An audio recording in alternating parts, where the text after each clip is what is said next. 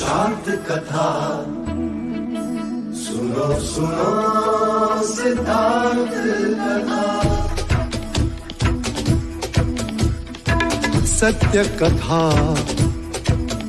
पुरुषार्थ कथा सुनो सुनो सिद्धार्थ कथा। चढ़ते सूरज सा तेजवान वो कीर्तिमान, हुंकार भरे जब कूच करे थर थर कांपे आसमान। वो राजपुत्र वो शूरवीर, पर्वत को भेद दे उसके तीर। शांति का स्रोत करुणा की धार, निर्झर झरे मन से अपार। वो राजपुत्र वो शूरवीर, पर्वत को भेद दे उसके तीर। है शाक्य वंश का वो तारा, जगमग है जिससे जग सारा। सत्य कथा पुरुषार्थ कथा सुनो सुनो सिद्धार्थ कथा। महाराज, ये आदेश पढ़ो सेनापति। कौशल नरेश महाराज प्रसन्नजीत का यह विजयी अश्व जिस जिस राज्य में यात्रा करेगा उस राज्य को कौशल का आधिपत्य स्वीकारना होगा। अश्व को रोकने का अर्थ कौशल की सेना से युद्ध करना होगा, अर्थात अपना अस्तित्व मिटाना होगा।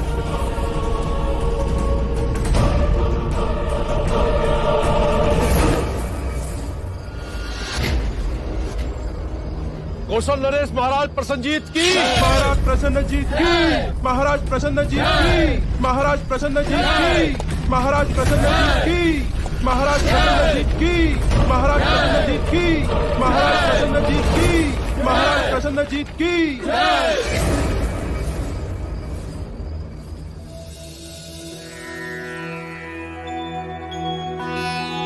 गुरुदेव, विवाह का जो सबसे सर्वश्रेष्ठ मुहूर्त हो वही निकालिएगा। हाँ गुरुदेव, सिद्धार्थ और यशोधरा के विवाह की बात है। गुरुदेव, जो भी सबसे पहला मुहूर्त हो वही निकालिएगा। हमारी यशोधरा इस विवाह को लेकर बहुत उतावली है। देखिए ना, इस समय भी वो यहाँ नहीं है, सिद्धार्थ के साथ।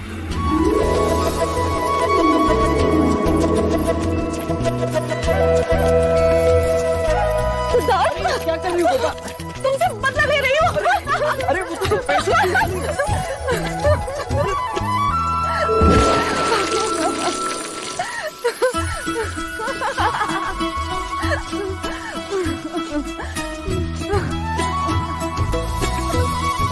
विवाह का शुभ मुहूर्त आज से 7 दिन बाद पूर्णिमा को ही है। बधाई हो, बधाई हो, बधाई हो महाराज, बधाई हो, बधाई हो दीदी, बधाई बधाई हो, बधाई बधाई हो महाराज, बधाई बधाई। अनुज, आज कपिल वस्तु नगर में मिठाइयां बांटो, बजाओ गगन ढोल, घोषणा करो कि कल से 7 दिनों तक सारा कपिल वस्तु और देवदा विवाह के बाराती होंगे। अवश्य। ऐसा आमंत्रण तैयार करो कि भारतवर्ष का कोई भी राजा युवराज के विवाह में आने का लालच रोक न सके। इस बार कौशल नरेश प्रसन्नजीत, मगध नरेश, महाराज बिंबिसार और वैशाली के लिच्छवी सारे एक साथ कपिल वस्तु के अतिथि होंगे। बधाई हो।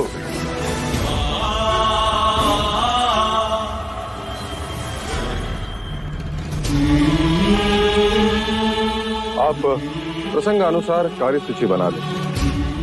मैं कुछ ही क्षणों में उपस्थित होता हूँ।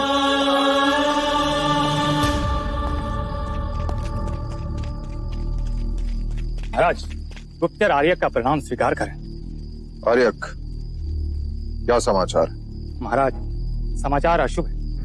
कौशल नरेश प्रसन्नजीत ने अश्वमेघ यज्ञ पूर्ण कर लिया और प्रयत्न पूर्वक उस अश्व को शाक्य गणराज की ओर धकेला जा रहा है। कोई पर्याय? केवल 2, या उनके आधिपत्य को स्वीकार करें या फिर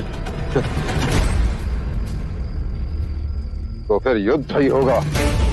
अपने गुप्तचरों को चौका न करो और उनके अश्व की दिशा पर हर समय दृष्टि बनाए रखो। इस समय उनका अश्व कपिल वस्तु से कितनी दूरी पर? 7 दिवस की दूरी पर है महाराज। 7 दिवस। विवाह का शुभ मुहूर्त आज से 7 दिन बाद पूर्णिमा को ही।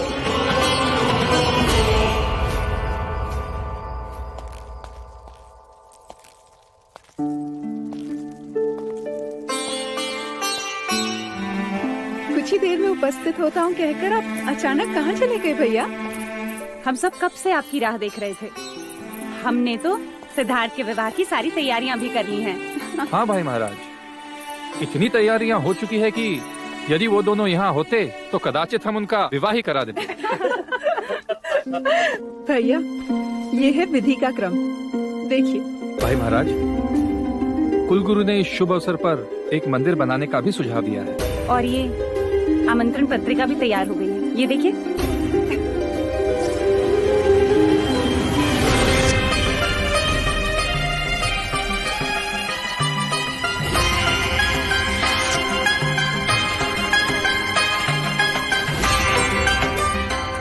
देव, आमंत्रण विवाह का नहीं, युद्ध का होगा। स्वागत के स्वर नहीं, युद्ध के नगाड़े बजेंगे।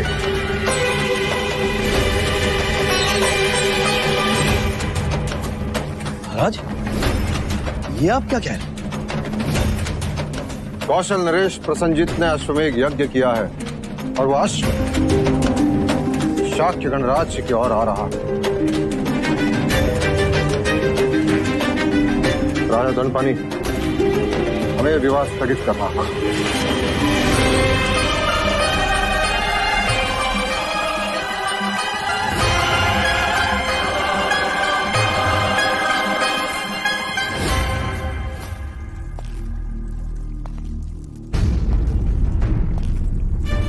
भाई महाराज, क्या प्रसन्नजीत का अश्व शाक्य सीमा में प्रवेश कर चुका है?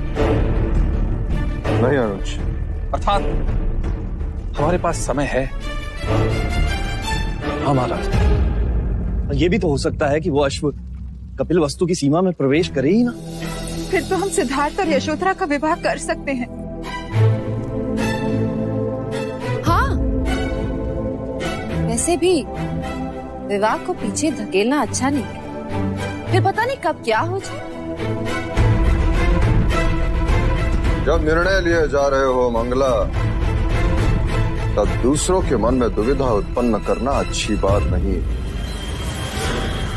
अमिता, मैं तुम्हें वचन देता हूं, विवाह होगा, अवश्य होगा, धूमधाम से होगा, परंतु युद्ध के पश्चात। युद्ध में कोई अनहोनी हो गई तो फिर से स्वयंवर तो नहीं होगा ना? और फिर यशोधरा का हाथ कौन थामेगा? मंगला दीदी, यदि आप शुभ नहीं बोल सकती तो अशुभ भी ना बोले। लो, अब अपने ही अपनों की चिंता नहीं करेंगे तो कौन करेगा?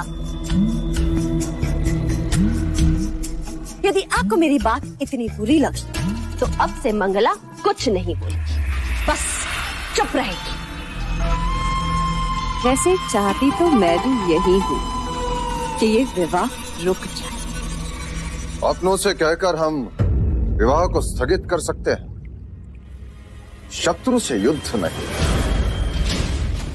आप विचलित ना हो भाई महाराज, हम सब आपके निर्णय के साथ। हाँ महाराज, यशोधरा अब आपकी हुई, हमें कोई आपत्ति नहीं है। आप चाहे जब विवाह करें। तो ये निश्चित रहा, विवाह होगा परंतु युद्ध के पश्चात। अनुज, महामंत्री से कहकर कल शाक्य राजाओं की बैठक बुलाओ। अवश्य भाई महाराज।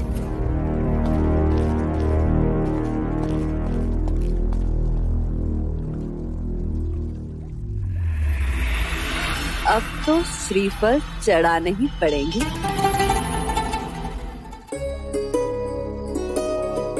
सिद्धार्थ, तुम मुझे सदा बेसुध ही रहने देते।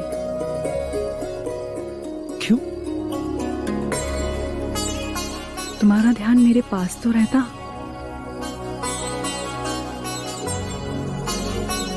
मैं तुम्हारे पास ही हूँ गोपा। पर ध्यान वो कहाँ है? वो तो कभी किसी पंछी के पीछे, कभी किसी सितारों के साथ, तो कभी किसी ब्रह्मांड में। ना जाने कहाँ कहाँ खो जाते हो। सच कहूं, मैं स्वयं भी नहीं जानता।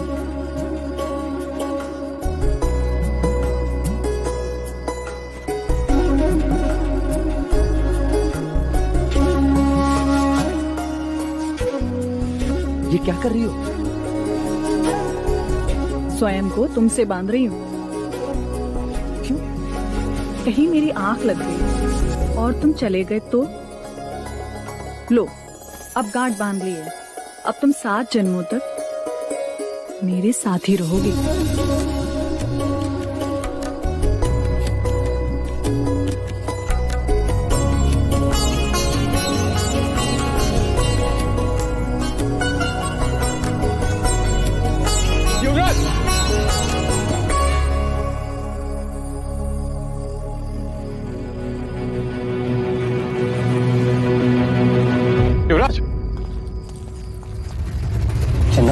युवराज, एक अशुभ बात हो गई।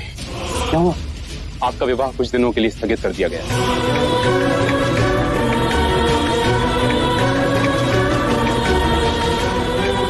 पर क्यों?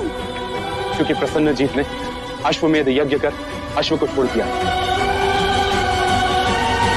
कपिल वस्तु में अश्व के आते ही युद्ध होगा।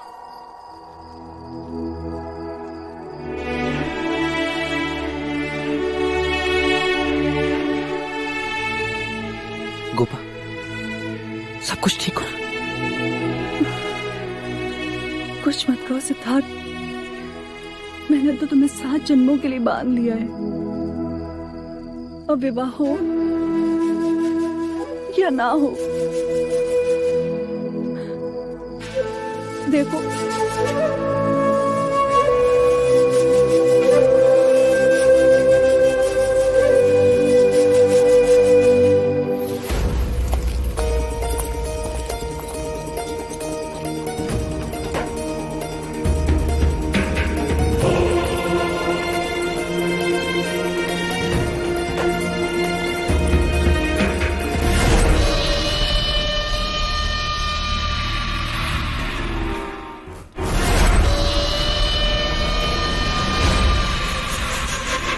मेरा रास्ता छोड़ो। कैसे छोड़ दूं? रास्ते में तुम जो मिल गई हो, तुम्हें कैसे छोड़ दूं? मुझे तो लगा था जब तुम कभी मेरे सामने नहीं आओगे।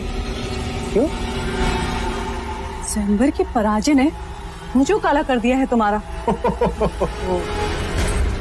माना कि मैं स्वयंवर में पराजित हुआ, परंतु मेरा भाग्य पराजित नहीं हुआ है अभी। अर्थात स्वयंवर के बाद ना तो कौशल से युद्ध का ये शुभ समाचार मिलता, ना तुम्हारा विवाह रुकता, और ना मुझे ये सुनहरा अवसर मिलता। किस अवसर? युद्ध में शत्रु पे उठी हुई तलवार के बीच कोई अपना भी तो हो सकता है।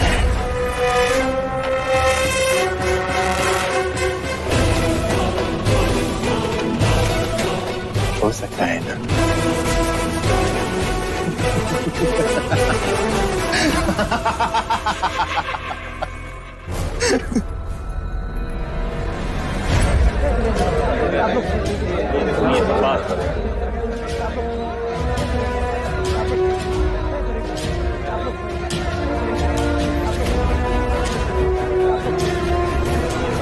शांत हो जाइए, शांत हो जाइए। हम पहले केवल एक ही उत्सव मनाने वाले थे, परंतु मां अभ्या की कृपा से अब हम 2 उत्सव मनाएंगे। एक प्रसन्नजीत को पराजित करने का और दूसरा सिद्धार्थ के विवाह का। वैसे आप सारी परिस्थिति से अवगत हैं। यदि प्रसेनजीत हमारी देश की ओर देखेगा तो उसे मुंह की खानी पड़ेगी। हमें एक होकर युद्ध करना होगा और उसके अश्व को रोकना होगा। और उसके अश्व को ना रोका तो उसका अर्थ यह होगा कि हमने कौशल का आधिपत्य स्वीकार कर लिया। हमारे पास केवल दो ही पर्याय है, कौशल का आधिपत्य स्वीकार करें अथवा उनसे युद्ध करें। महाराज, कौशल हमसे अधिक शक्तिशाली है, उसके पास हमसे अधिक शस्त्र है, अधिक सैन्य है और अधिक अश्वबल भी महाराज। परंतु हमारे जैसा साहस नहीं। हमारा एक एक शाक्य योद्धा उनके 10-10 योद्धाओं पर भारी है। मेरा प्रस्ताव है कि हम सबको शांत होकर इस पर विचार करना चाहिए। महाराज, यदि हम प्रसन्नजीत की मित्रता स्वीकार लें तो? मित्रता या पराधीनता? नहीं चलेगा। शांत हो जाइए, शांत हो जाइए। महाराज, इससे हम धन और जान की हानि होने से बच सकते हैं। यदि वो हमारे अपने प्रदेश में हमारा अधिकार सुरक्षित रखता है तो इसमें हमें आपत्ति क्या होनी चाहिए?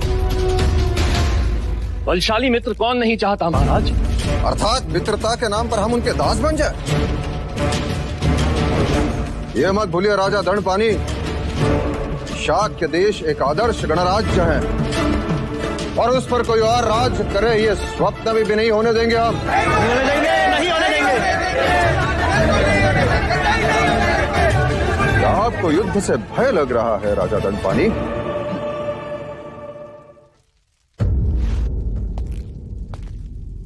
एक सुझाव है महाराज, क्या हम प्रसन्नजीत के सामने शांति का प्रस्ताव नहीं रख सकते?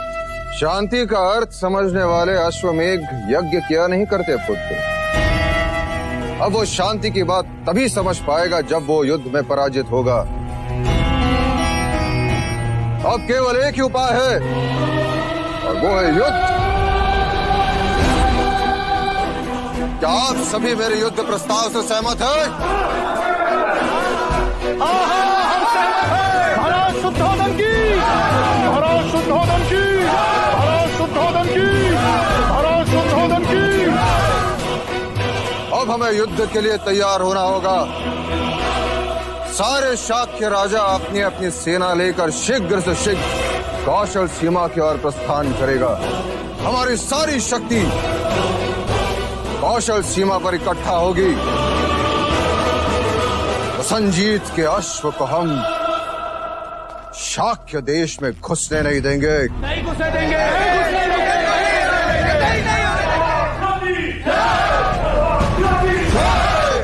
शाक्य कुल की, शाक्य कुल की।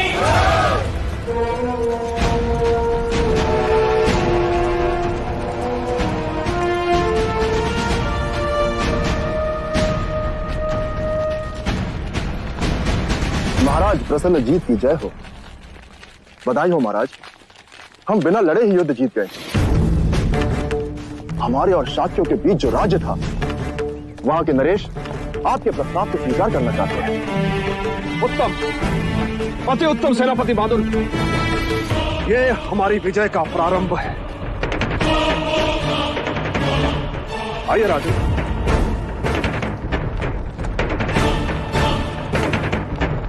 तो क्या आपको कौशल का आधिपत्य स्वीकार है? जी महाराज।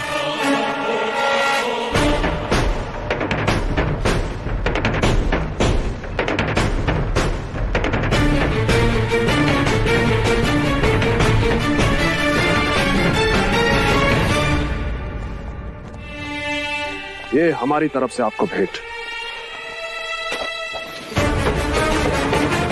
इसे कौशल के राजकोष में जमा करा और आप जा सकते हैं। हमने आपको अभय दान दिया।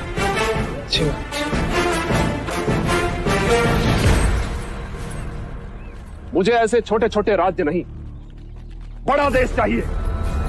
हमारा अगला लक्ष्य शाक्य देश कपिलवस्तु। महाराज, शाक्यों को पराजित करना इतना सहज नहीं है। वो बड़े शूरवीर हैं और उनमें बड़ी एकता है। और हमने फूट डाल दी और उनका एक राजा हमारा साथ देगा। और एक बड़ी दीवार को गिराने के लिए एक दरार ही पर्याप्त है।